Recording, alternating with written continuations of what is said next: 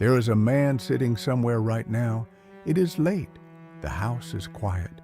Everyone else is asleep. He is staring at his phone, or the ceiling, or nothing at all, and he is doing something he has already told himself 100 times that he would stop doing. He is not confused about whether it is bad for him. He knows. He has known for months, maybe years. He has felt the weight of it in his chest the morning after. He has looked in the mirror and seen something dim in his own eyes. He has made the promise, genuinely, sincerely, and then broken it within days, sometimes within hours. And the strange thing, the thing that nobody talks about, is that in that moment, when he is doing the very thing that is slowly pulling him apart, there is a part of him that is completely aware of what he is doing. He is not lost. He is not confused. He is watching himself, clearly, consciously, and still doing it. This is not weakness in the ordinary sense. This is not simply a lack of willpower or poor discipline or bad habits. This is something much deeper, something that operates beneath the surface of decisions and intentions, something that was understood, described with frightening precision over 1,000 years ago by scholars who spent their lives studying not the body, not the mind in the modern sense, but the internal architecture of the human being. Tonight, we are going to go there, not to lecture you, not to remind you of things you already know, but to show you something you have not yet seen. Because the reason you keep doing the thing that is destroying you is not what you think it is. And once you see it, you cannot unsee it. Let us begin with a story, not a parable, not a fable, a real kind of story, the kind that feels like it happened to someone you know, maybe to you. A young man, let us call him Ibrahim, spent 3 years trying to leave something behind. It was not something dramatic. It was not something he could describe to his friends without feeling embarrassed by how ordinary it sounded. It was a habit, a pattern, something he returned to when the pressure became too much, or when the emptiness grew too loud, or when the night stretched too long. He had tried everything the modern world recommends. He had tracked it in apps. He had set timers. He had told his closest friend and asked to be held accountable. He had deleted and re-downloaded. Or he had put barriers between himself and the thing. Passwords he did not know. Settings he could not reverse. Plans he had constructed carefully and deliberately.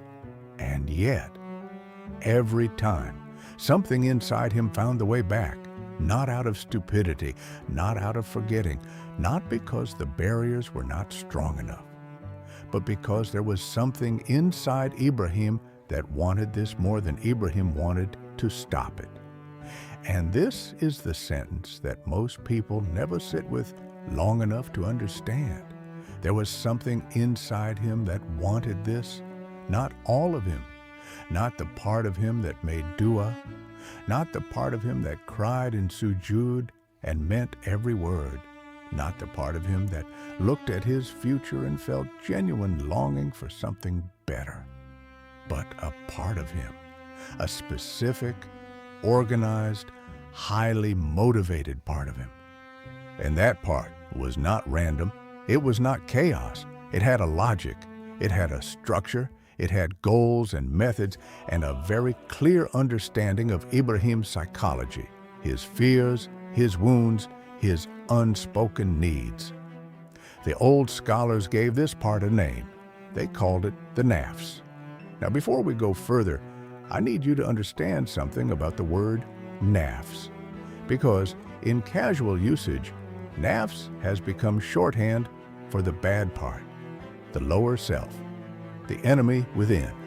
And that framing, while not wrong, is incomplete in a way that actually prevents you from understanding what is happening inside you. The nafs is not simply your desires. It is not simply your ego. It is the totality of your inner being in its natural, unrefined state. It is the self that came into this world with needs and drives and orientations that, if left without guidance, will always move toward what feels like safety, pleasure, and relief. The nafs is not evil. It is unformed. It is like a river that has not yet found its banks. Left to itself, it does not flow with purpose. It spreads. It floods what it was never meant to flood. It destroys what it never intended to destroy, not from malice, from the absence of form. And this is the first thing you need to understand about why you keep doing what you know will destroy you. Your nafs is not trying to hurt you. It is trying to protect you from something it has decided is more dangerous than the thing you keep doing. Stay with that for a moment, because this is the second layer that almost nobody reaches. When Ibrahim returned to his habit, when you return to yours, there is always a story that explains it in the moment. You are tired, you are stressed, you are lonely, you just need to decompress. You will start fresh tomorrow. This is the last time. These explanations feel true. And in one sense they are, but they are the surface layer. Below them, operating like an engine you cannot see but can absolutely feel, is a completely different mechanism. Your nafs has performed a calculation.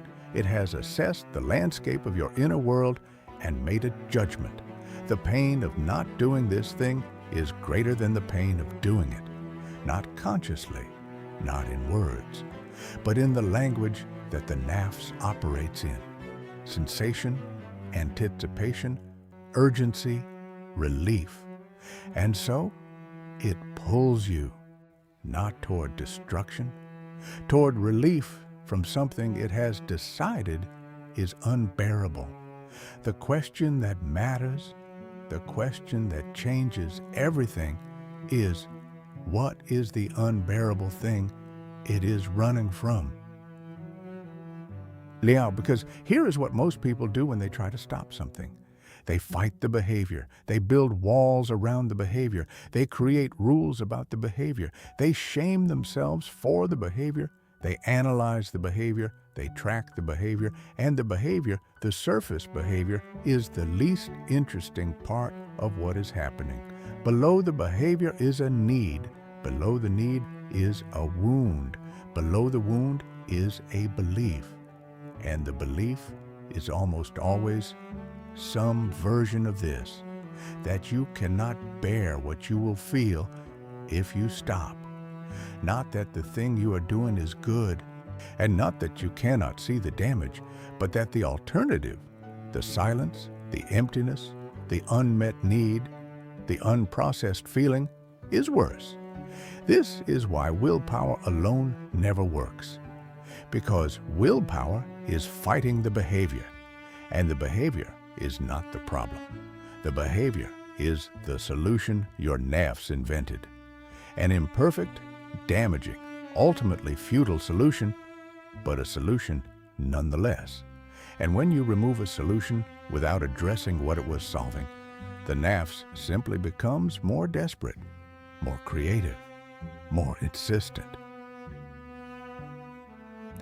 There is a phrase from the tradition that has always struck me as one of the most psychologically precise statements ever made about the human condition. The nafs commands to evil. That is the common translation, and it is not wrong. But it loses something important. The Arabic word used, amara, does not mean suggests. It does not mean tempts. It does not mean nudges. It means commands. It means the nafs issues directives with authority. with urgency, with a certainty that what it is demanding is necessary. When you are in the grip of an urge, really in it, not thinking about it from a distance but inside it, does it feel like a gentle suggestion? Or does it feel like a command? Like something in you has decided, and the decision has already been made, and what you call your free will is simply being presented with a foregone conclusion. That feeling of inevitability, that sense that resistance is almost theatrical at this point, that quiet, terrible understanding that you are going to do this, that you were always going to do this. That is the Nafs commanding, and here is what is so important to understand.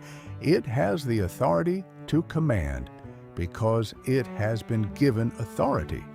Over years, over thousands of small moments where its voice was the loudest in the room and nothing challenged it. The Nafs does not start with authority. It acquires it through repetition, through surrender, through the slow, almost invisible process of you learning that this is how discomfort gets handled. This is how emptiness gets filled. This is how the unbearable becomes bearable. And now it commands, because you taught it that it could. Now, I want you to think about something specific. Think about the last time you broke a promise to yourself. Not a small one, a real one.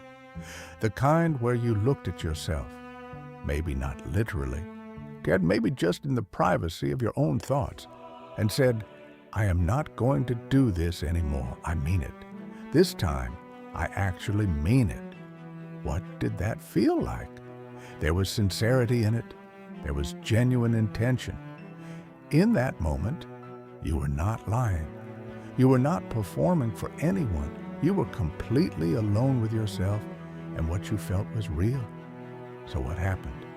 The standard answer is you were weak. Your resolve faded. The habit was too strong. But I want to offer you a different answer. What happened is that the part of you that made the promise and the part of you that broke it are not in communication. They are not even the same part. The part that made the promise was your Qalb, your heart, responding to a moment of clarity, a moment of genuine longing for something better, a moment where the cost of your habit became visible in a way it usually is not. The part that broke the promise was your Nafs, moving from a completely different logic toward a completely different goal, operating from a place of need that the promise never addressed. The promise said, I will not do this. The Nafs heard. The need this was meeting will go unmet. And in that gap, between the intention and the execution, between who you want to be and what you keep becoming, lives the central drama of the human interior. Al-Ghazali wrote something in Ihya Ulum al-Din that I have thought about for years.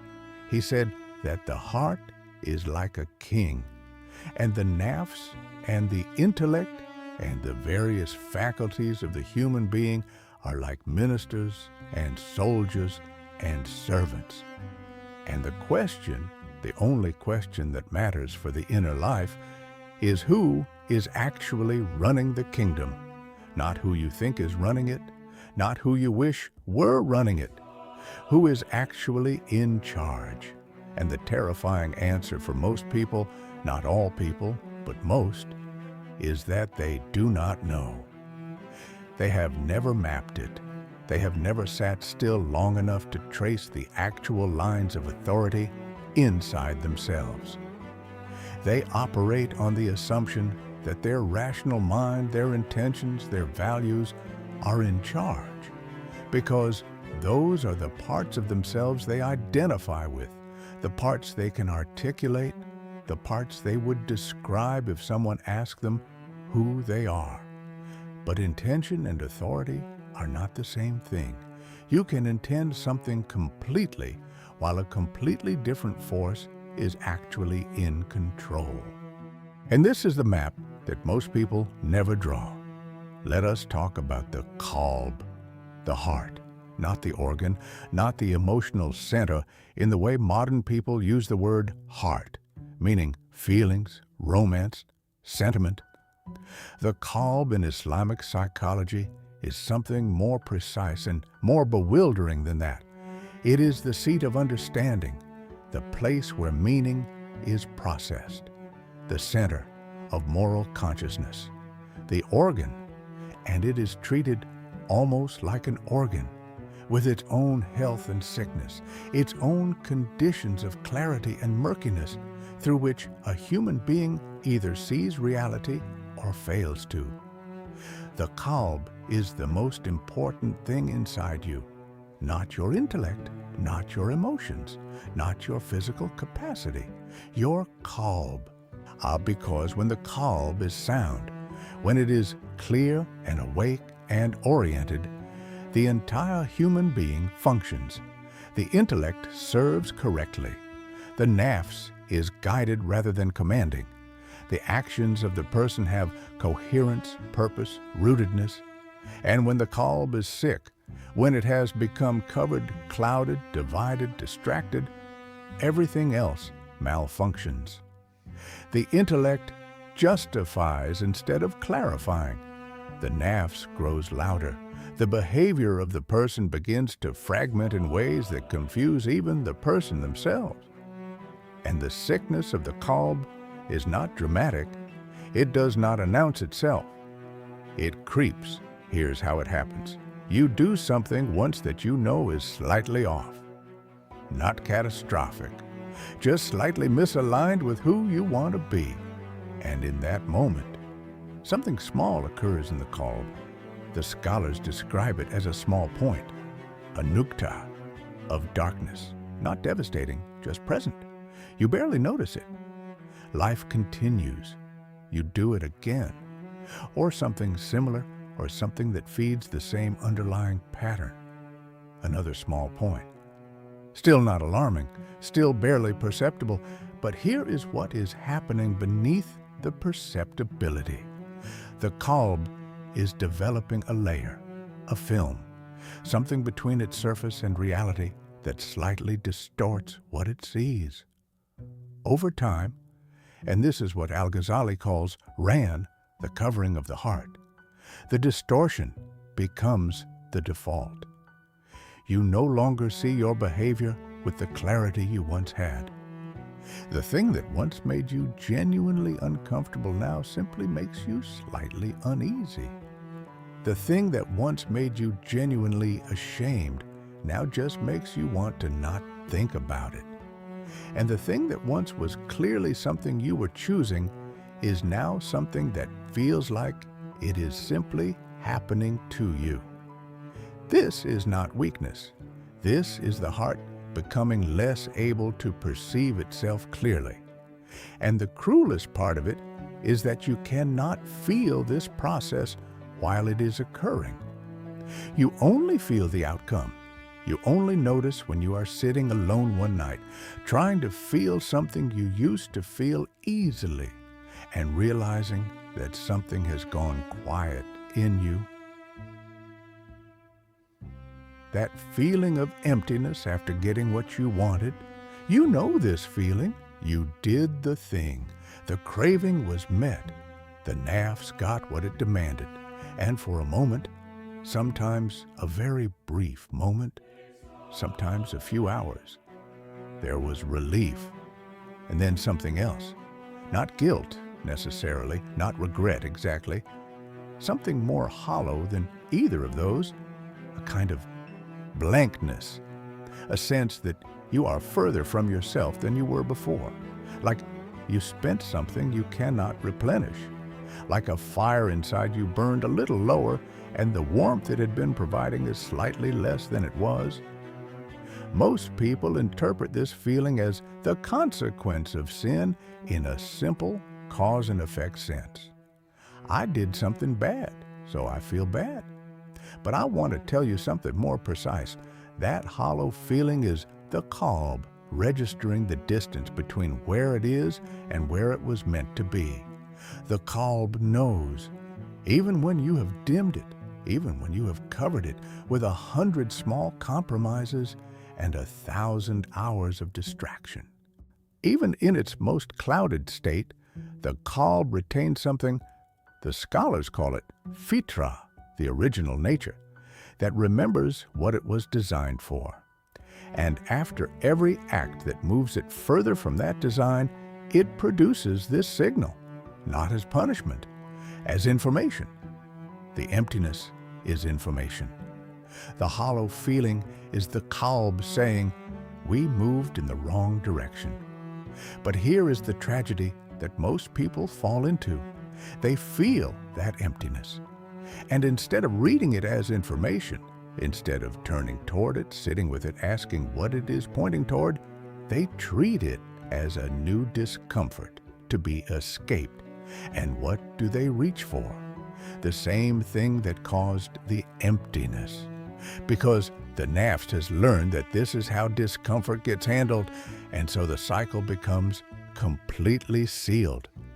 The very thing that produces the emptiness becomes the only available response to the emptiness, and the person spins, not forward, not backward, just around, the same circle, getting slightly more tired each revolution, getting slightly less able to feel the difference between the states, getting slightly less capable of remembering what it felt like before.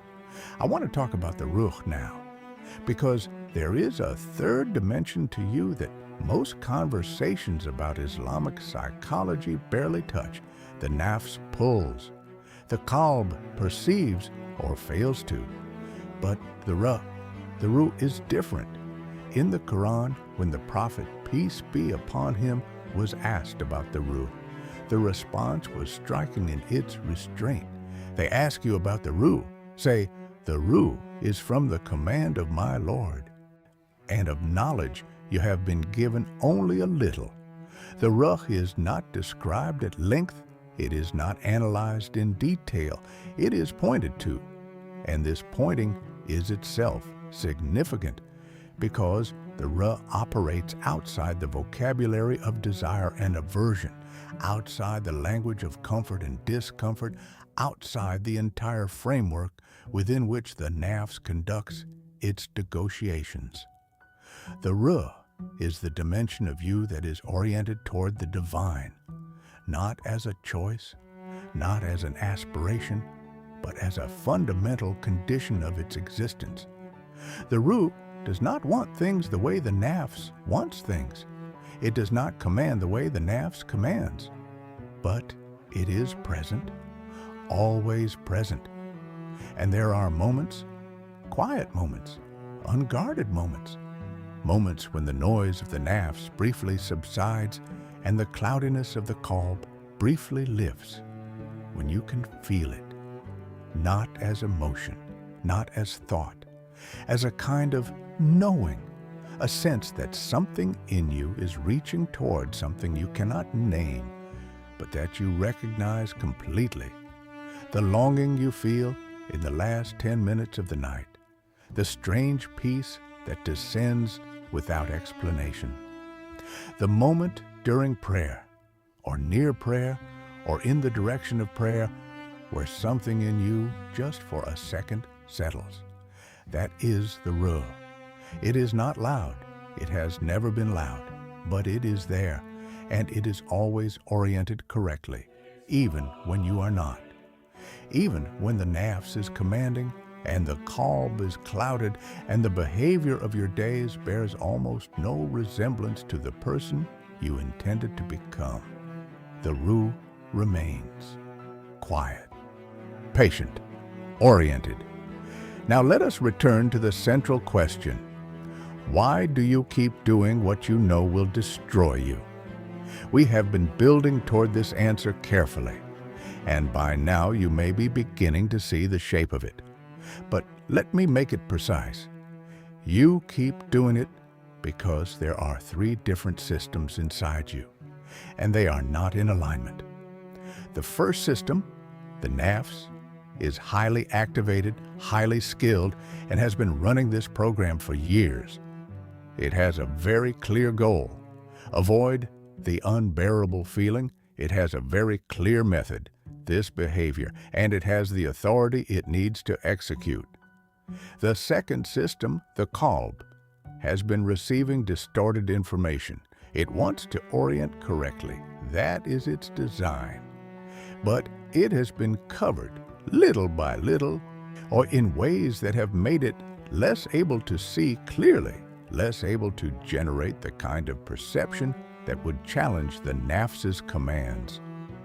The third system, the Ruh, is completely aligned with what you actually want to become. It is pointing in exactly the right direction, but it operates in a register so quiet, so subtle, that the noise of the other two systems drowns it out almost completely. And so what you experience as a simple behavioral problem, I keep doing this thing, I cannot stop, is actually a governance crisis in your inner world. The wrong system is running the kingdom, not because it is evil, because it is afraid, and because nothing has addressed its fear in a way that actually resolves it. Let us talk about what fear looks like when it wears the mask of desire. Because the Nafs is subtle. It rarely says, I am afraid. It says, I want this. It says, I deserve this. It says, just this once. It says, you have been so good. You have been so disciplined. This is fine. It says, tomorrow is the reset. Tonight does not count. These are not random phrases. These are strategies, specific, tailored, highly effective strategies for bypassing the Qalb's perception and executing the program. And underneath every single one of them, if you were to follow the thread all the way back to its source, you would find not a desire, but a fear. Fear of the silence that would exist if this were not filling it. Fear of the discomfort that would surface if this were not suppressing it. Fear of the self that would become visible if this were not obscuring it. A fear of the need that would have to be acknowledged if this were not mimicking its satisfaction. The Nafs does not run toward pleasure. It runs away from pain. The pleasure is just the vehicle. And here is where it gets even more uncomfortable. The thing you keep doing, the thing you already know is destroying you, has probably been working. Not in the way that matters, not in the deep sense, not in a way that has produced anything lasting or real, but in the immediate sense, the sense that the Nafs is operating in, it has been functioning as intended. It has been providing relief from the unbearable feeling. It has been filling the silence. It has been softening the edges of the discomfort. It has been giving you a way to be in your own skin when your own skin felt impossible. This is why you cannot simply decide to stop. Because to stop, not with barriers, not with rules, not with accountability structures, but to actually stop from the inside, you would have to be willing to meet what it has been keeping you from meeting. And the Nafs has spent years convincing you that you cannot survive that meeting, that the silence is too loud, that the discomfort is too sharp, that the need is too embarrassing or too painful or too permanent to acknowledge. And so it offers you the behavior instead, over and over, with increasing authority, with decreasing resistance from you, because you have learned from 1,000 repetitions that this is how you cope. And unlearning it, not suppressing it, not white-knuckling past it, but genuinely unlearning it, requires something much more radical than what you have been trying. It requires sitting in the thing the Nafs is running from, on purpose, without the escape route. I want to tell you about a concept that Al-Ghazali describes in a way that I have never found in modern psychology. He calls it muhasaba, self-accounting, self-examination. And the way he describes it is not what most people imagine when they hear the word self-reflection. He is not talking about thinking about yourself. He is not talking about journaling or therapy or reviewing your day. He is talking about something much more rigorous, much more uncomfortable. He is talking about treating the Nafs the way a merchant treats his accounts, with precision, with honesty, without sentiment, without the kind of compassion that actually functions as avoidance.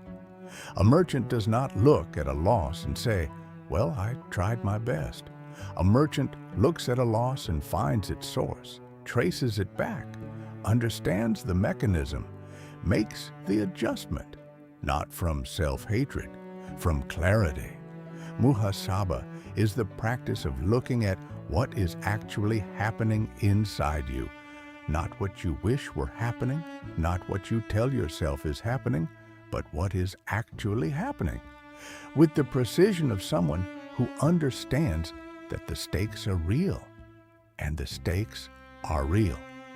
Not in an abstract, theological sense, though they are that too, but in the immediate, lived, daily sense of your own inner world becoming more or less capable of peace, clarity, purpose, and presence.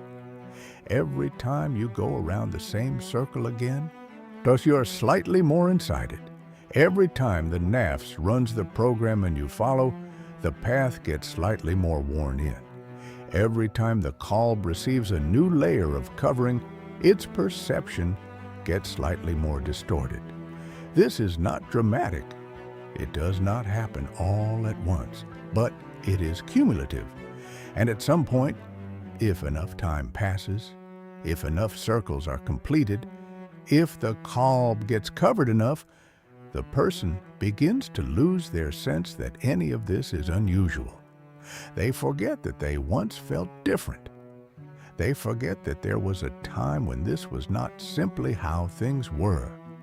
They adapt. And that adaptation is the most dangerous thing, not the fall, not the sin, the normalization. There is a moment in the process of this normalization that I want to describe precisely, because you may have already experienced it, or you may be approaching it, or you may be sitting in it right now and not quite recognizing it. It is the moment when the self-promise loses its weight. You remember when breaking your own word to yourself hurt, when you made a commitment and then violated it. Something registered sharply. There was real pain in the betrayal, real grief, real motivation to not do it again. And then, after enough repetitions, something shifts. The promise is made, the promise is broken, and the register is lighter. Not no feeling, but less. A kind of going through the motions grief, a guilt that does not quite land, a regret that is present but somehow not activating. And people often interpret this as progress, as finally not being so hard on themselves, as developing self-compassion. It is not that. It is the Qalb adapting to the dissonance. It is the heart learning to hold the contradiction of knowing something is wrong and doing it anyway without the acute suffering that used to accompany that contradiction. Because acute suffering is uncomfortable, and the Nafs found a way to remove it, not by resolving the contradiction, by dulling the instrument that perceived it. This is what the Quran means, and I say this carefully because I am not a scholar, but this is how it has been explained to me when it speaks of the heart being sealed, not sealed as punishment from outside, sealed as the logical outcome of a process that the person participated in, that the person, in some sense, chose, not in one dramatic moment, but in 1,000 small ones. And the seal does not feel like a seal. It feels like peace, like having finally stopped fighting so hard, like the discomfort that used to accompany a certain behavior just not being there anymore. And you think, I have finally accepted myself. But what you have accepted is the contraction. You have made peace with becoming smaller, with wanting less, with expecting less from yourself, with the distance between who you are and who you once knew you could be becoming the new normal. And the tragedy of this, the thing that makes me want you to understand this more than almost anything else, is that it is reversible. The Qalb can be uncovered. The Nafs can be re-educated. The Ruh, which never stopped being oriented correctly, can be listened to again. But first, you have to stop calling the numbness peace. First, you have to be willing to feel the distance you have been managing instead of closing. Let us talk about what losing interest actually is.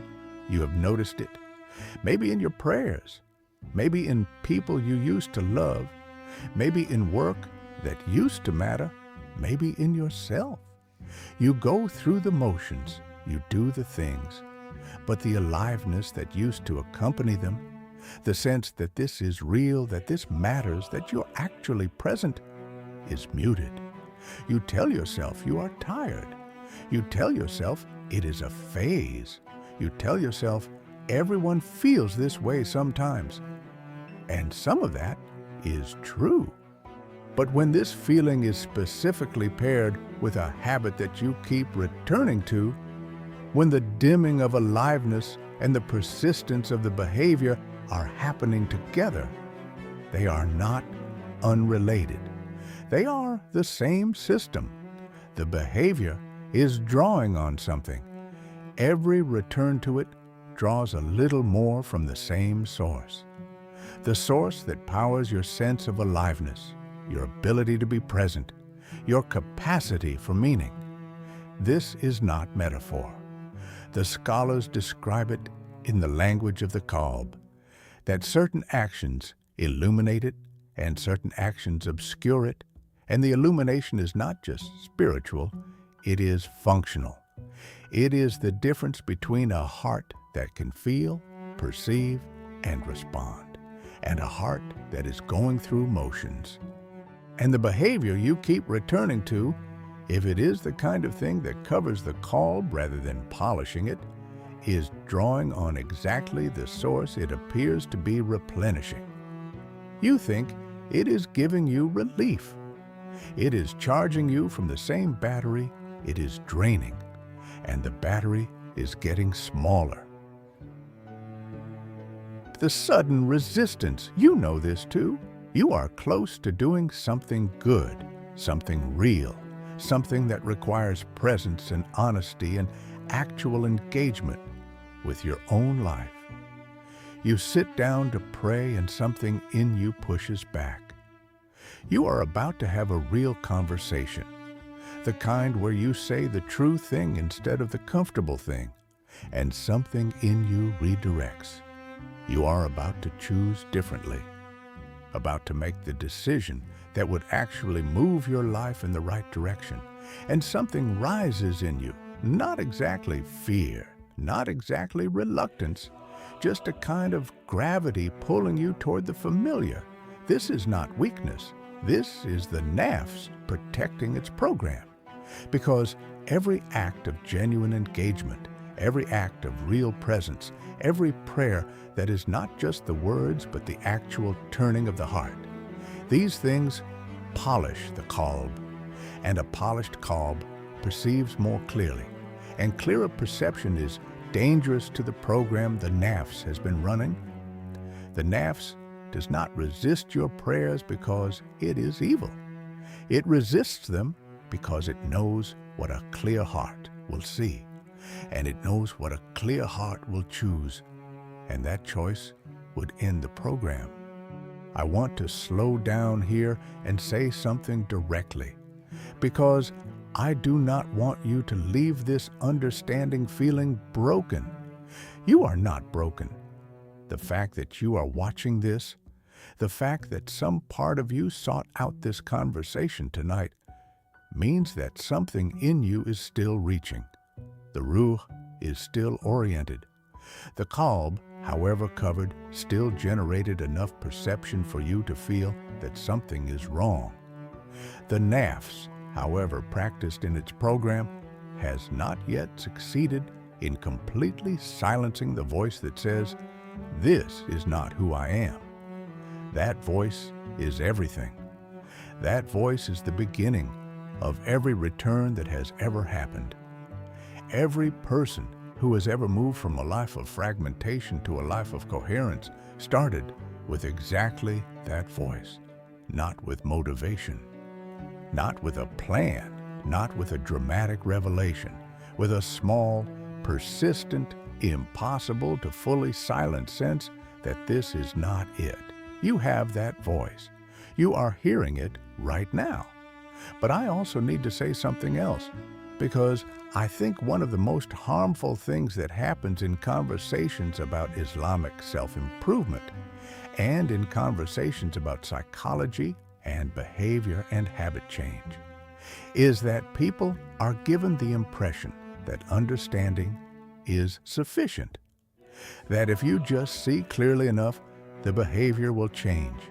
That insight produces transformation, and sometimes it does, but often it does not.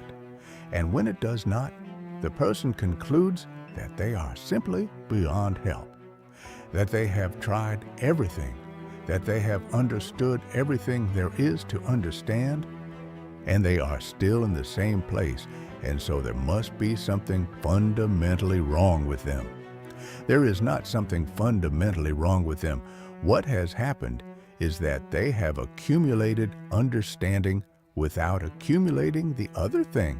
The other thing is not effort. It is not more willpower or more discipline or more trying. The other thing is exposure, specific, deliberate, uncomfortable exposure to what the Nafs is running from. Not the behavior change, not the surface fix, but the actual lived, sitting in it experience of the thing you have been avoiding, the silence, the need, the emptiness, the grief or the loneliness or the inadequacy or whatever specific unbearable thing your particular Nafs has decided it cannot survive. Because here is what happens when you expose yourself to the unbearable thing without the escape route. You discover that it is bearable, not easily, not comfortably, not without difficulty, but survivable, real, passable. And this discovery, this lived, experienced, not just understood discovery, changes the calculation the Nafs is making, because the Nafs is not philosophical. It does not update based on arguments. It updates based on experience. And when it experiences enough times that the unbearable thing did not actually destroy you, that you sat in the discomfort and came out the other side, still whole, still intact, still you, it begins slowly and reluctantly to revise its threat assessment. And when the threat assessment changes, the command loses authority. There is a practice in the tradition that is almost embarrassingly simple in description and almost devastatingly difficult in execution. It is called patience with what the Nafs finds painful, not suppression, not force, not white-knuckling. Patience. The difference is important. Suppression says, this feeling is not allowed. Patience says, this feeling is present and I am going to sit with it and I am not going to run and I am going to wait for it to pass, which it will, because all states pass. Suppression increases pressure. Patience, real patience, not gritted teeth endurance, but actual willingness to be present, releases it.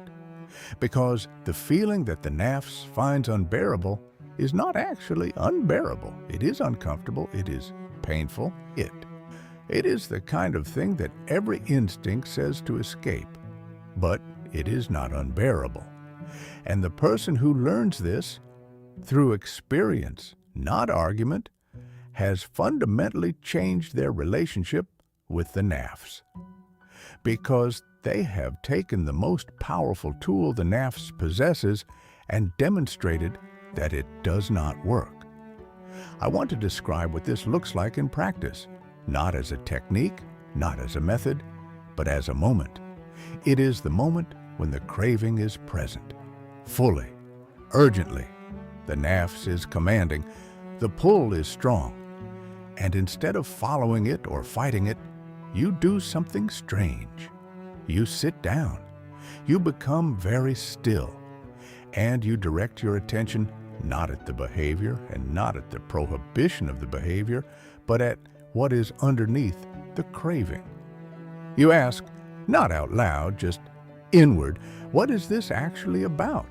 Not rhetorically, not philosophically, actually.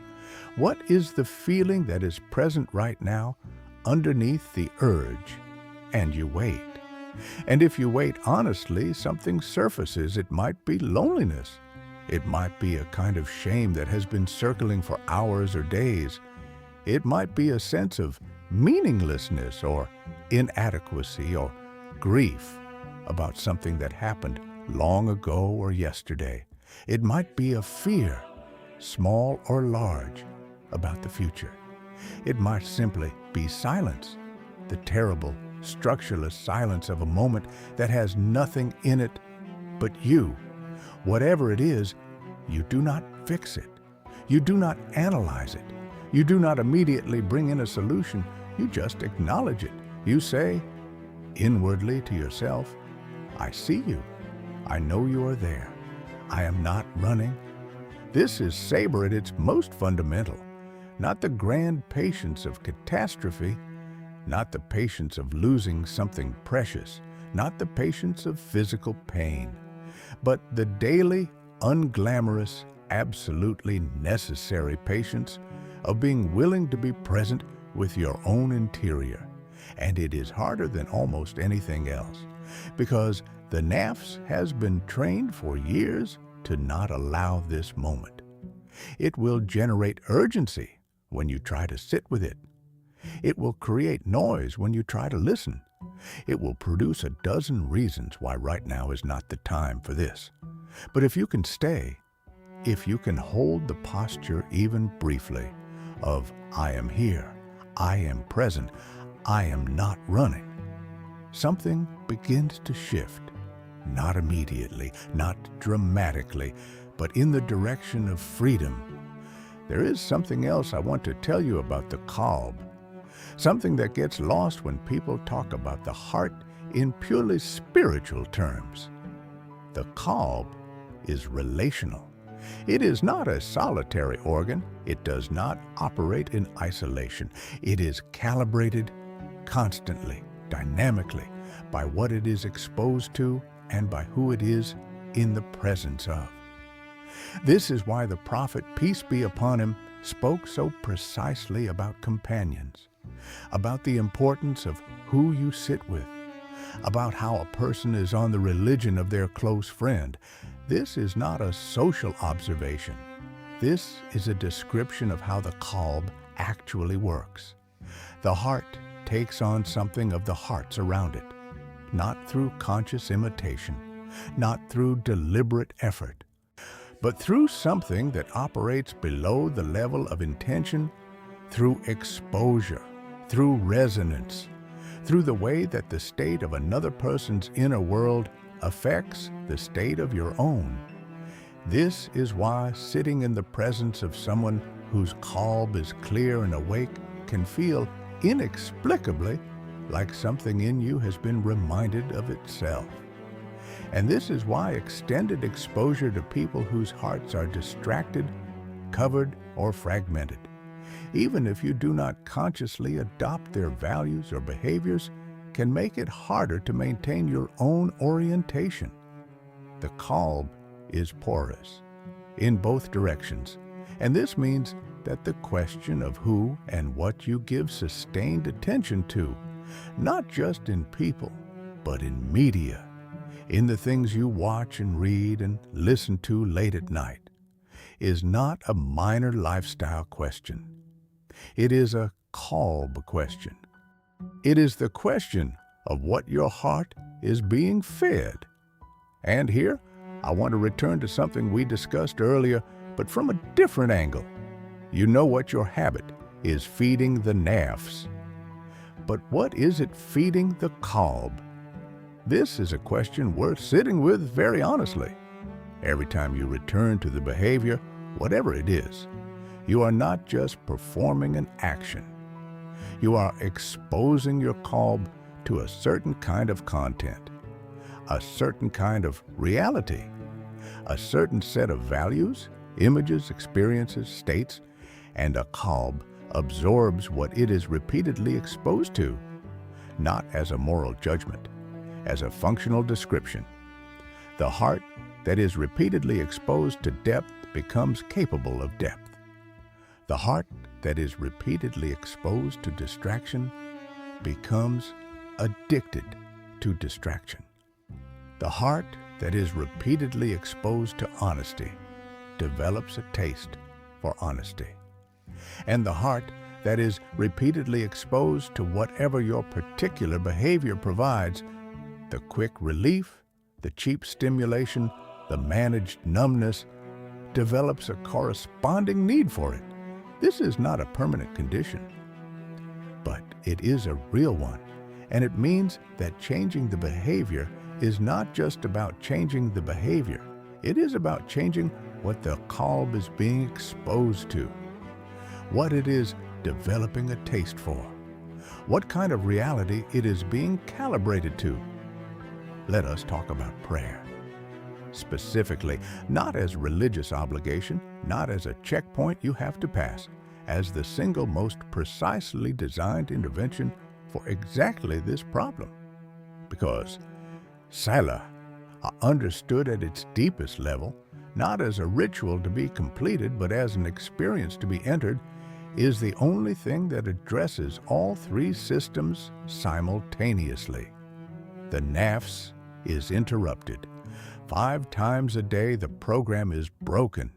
The chain of the day, the momentum of the Nafs's management of your inner world is disrupted. Not permanently, not completely, but disrupted. The Qalb is addressed directly. The words of the prayer, the meanings, the names of Allah, the orientation of the entire body towards something beyond itself. These are not ceremonial. They are calibrating. They are precisely designed to reach through whatever covering has accumulated and touch the heart underneath. And the Ruh, which has been there all along, silent and oriented, finally finds a moment that speaks its language. This is why, and I say this to you not as a lecture, but as something I want you to actually feel. The first casualty of the inner conflict we have been describing is always the prayer, not because you forget, because the Nafs knows. The Nafs understands with perfect precision that a real prayer, not the physical motions but an actual encounter, changes the landscape. It polishes the Qalb. It reminds the Ruh that it is seen and known and not alone. And it introduces a clarity that makes the Nafs's calculations harder to run. So the Nafs creates resistance around the prayer specifically. It creates busyness exactly at prayer times. It generates the feeling that prayer requires preparation you do not have right now. It produces the thought that you should wait until you are in the right state, which is always slightly later. This is not coincidence. This is the Nafs protecting the most important thing it has. The one gap in your day where the program is most vulnerable. I want to say something about dua, personal supplication. because I think it gets misunderstood in a particular way that actually reduces its power. Dua is often treated as the thing you do when you want something, when you need help, when things are difficult, and it is that. But at a deeper level, dua is the moment of accurate self-description. It is the moment when you say to Allah what is actually true about you, not the performance, not the aspirational version, not the person you're trying to be, what is actually true. And this requires a specific kind of honesty that the Nafs finds extremely uncomfortable, because the Nafs is invested in not fully acknowledging the situation. It will allow partial acknowledgement. It will allow the kind of dua that is more like reporting on a manageable difficulty than honest confession of a real state. But the dua that actually reaches, the dua that does something, that changes something in the interior, is the one that comes from complete honesty. The one where you say, I am not okay. The one where you say, I keep going back to this and I do not know how to stop, and I am tired, and I am further from you than I want to be, and I need something I cannot give myself.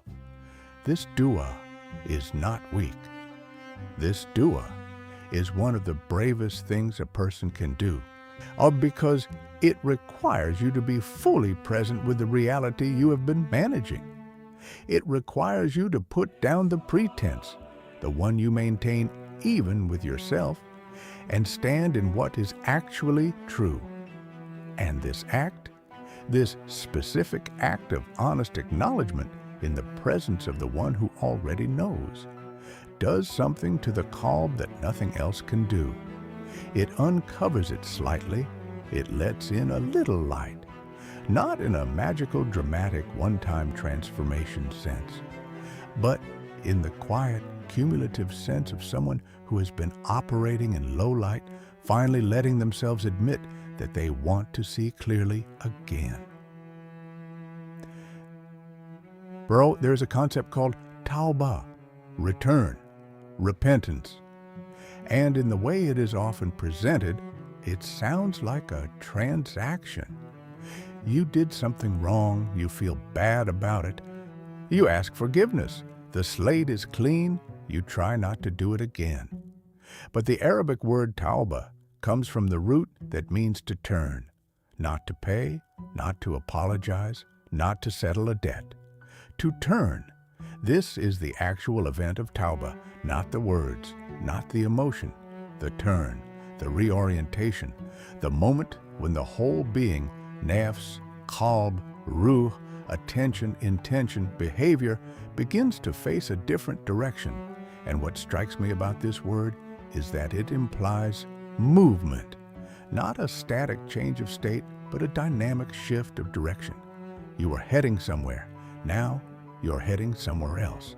And direction, compounded over time, determines destination. A small turn, maintained over years, gets you to a completely different place. A large turn, abandoned after days, gets you nowhere. This is why the concept of tawbah is not a one-time event in the Islamic understanding. It is a daily practice, not because you are always doing something catastrophically wrong, but because the orientation of the inner life requires constant small adjustments. The heart drifts, the nafs pulls, the distractions accumulate, and the practice of turning, returning, reorienting is not the sign of a broken person. It is the practice of an awake one. I want to talk about the hidden arithmetic of days, because one of the ways the nafs keeps us from changing is by making us think about change in the wrong unit of time. We think about change in terms of breakthroughs, revelations, dramatic moments of decision. We wait for the feeling that this time is different. We wait for the motivation to be strong enough.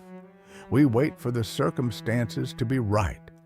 And the nafs is patient about this waiting, because it knows that the feeling of being about to change is almost as satisfying as actually changing.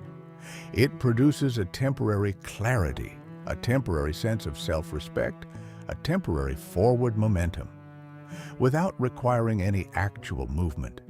The change that actually happens is not dramatic. It is boring. It is the repetition of small, undramatic choices made without particularly strong feeling, without waiting for the right moment, without the internal weather being favorable. It is the person who prays Fajr on the morning they least feel like it. It is the person who sits with the discomfort for 1 minute longer than they did yesterday. It is the person who, when the craving arrives, does not white-knuckle it and does not follow it, but simply notices it. I see you, I know what you are not in charge. And waits, not every time, not perfectly, but enough times, in enough small moments, that the landscape begins to shift. And the arithmetic of these small moments is invisible until it suddenly becomes visible. You do not notice the Qalb clearing. You do not notice the Nafs's commands losing authority. You do not notice the Ruh becoming slightly easier to hear, until one day you are in a moment where you used to be completely captured, where the Nafs's program would have been running on automatic, and you realize that you are here, present, choosing, not forced, not suppressing, choosing. That moment does not come from a breakthrough. It comes from arithmetic. Let me say something about shame, because I think shame might be the most misunderstood force in the inner life. Most people who are stuck in the cycle we have been describing are carrying a significant load of shame about it.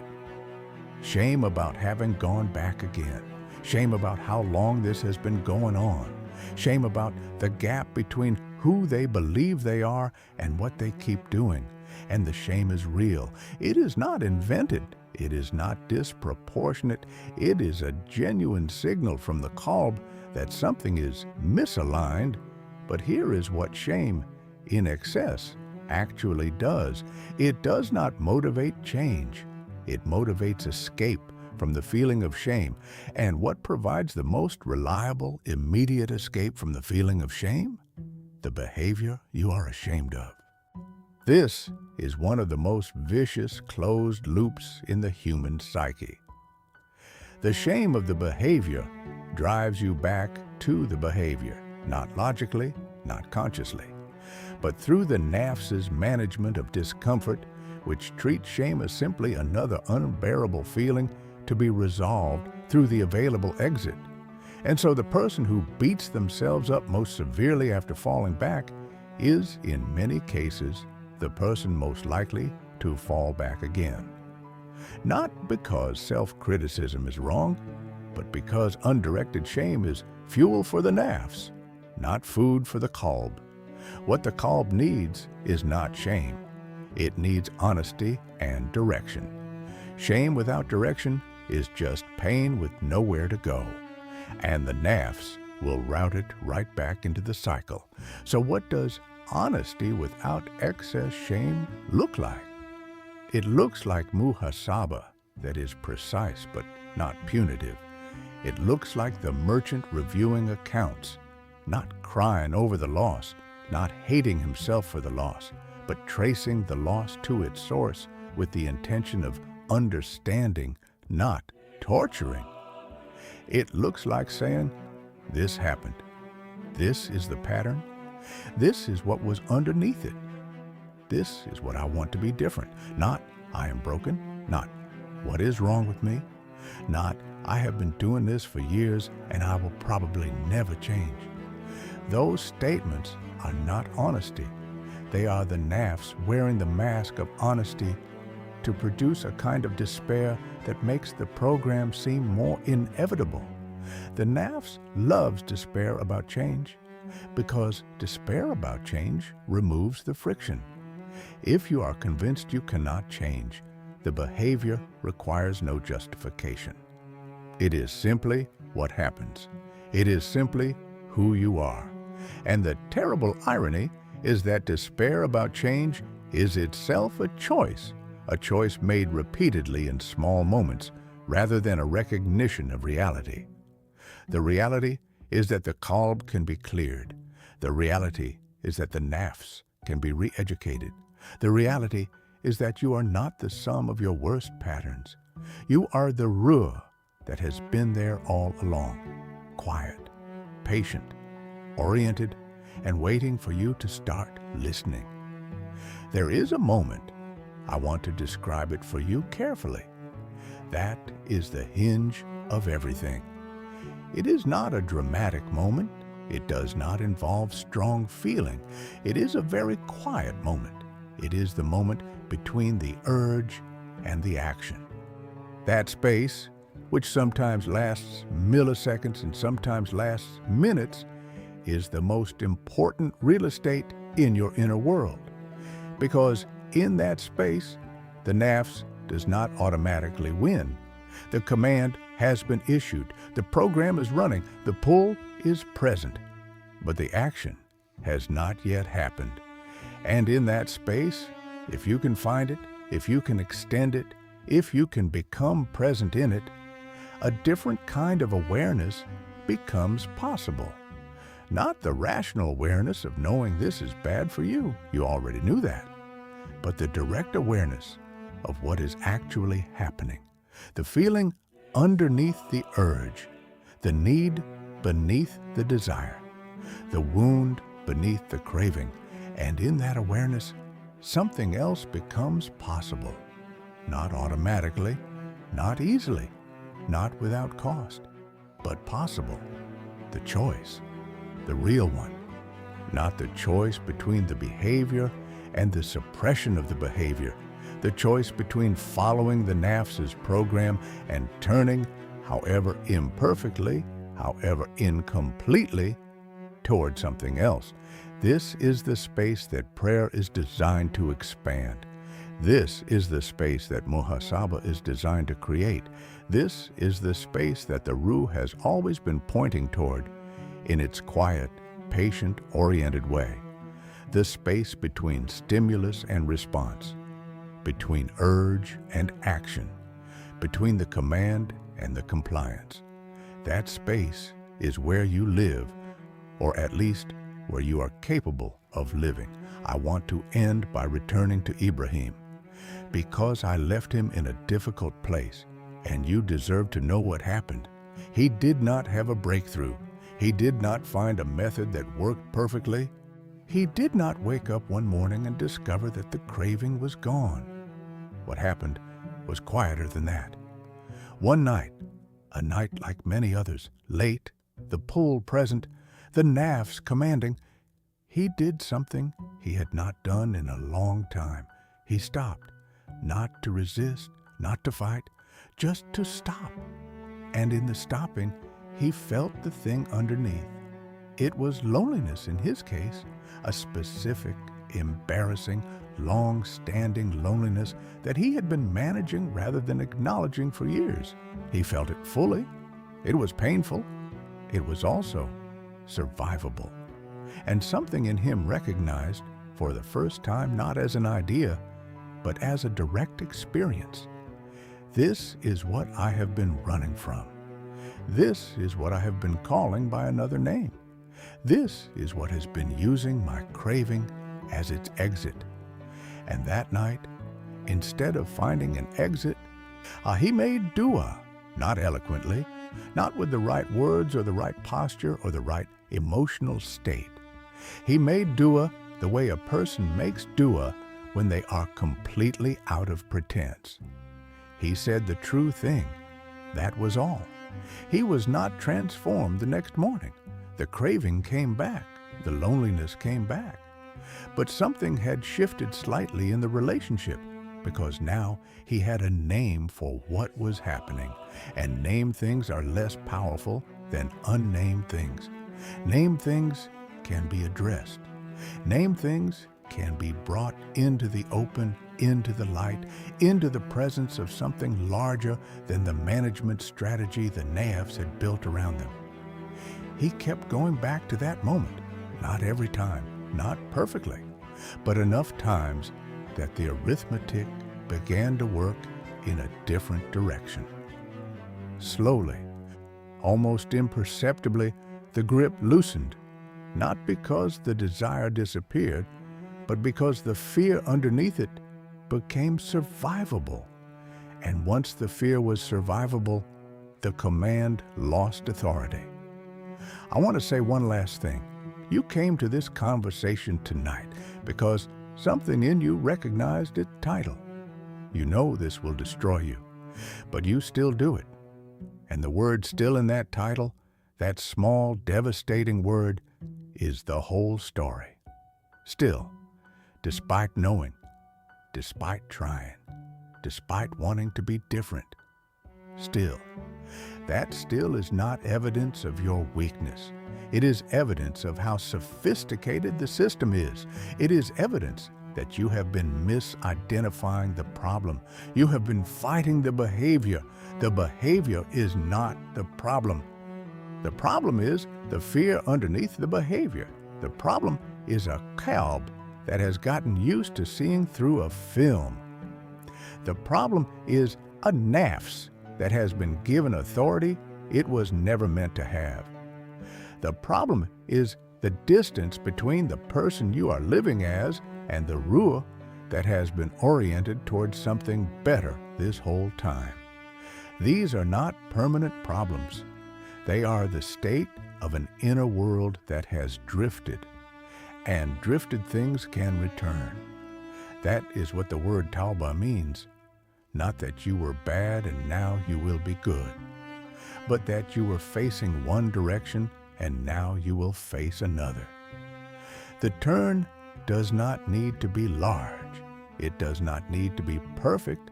It does not need to be accompanied by the right feeling or the right moment or the resolution of every underlying issue. It just needs to be real, a real turn in a real direction right now. That is enough to begin, and beginning honestly and completely is the most important thing you will ever do.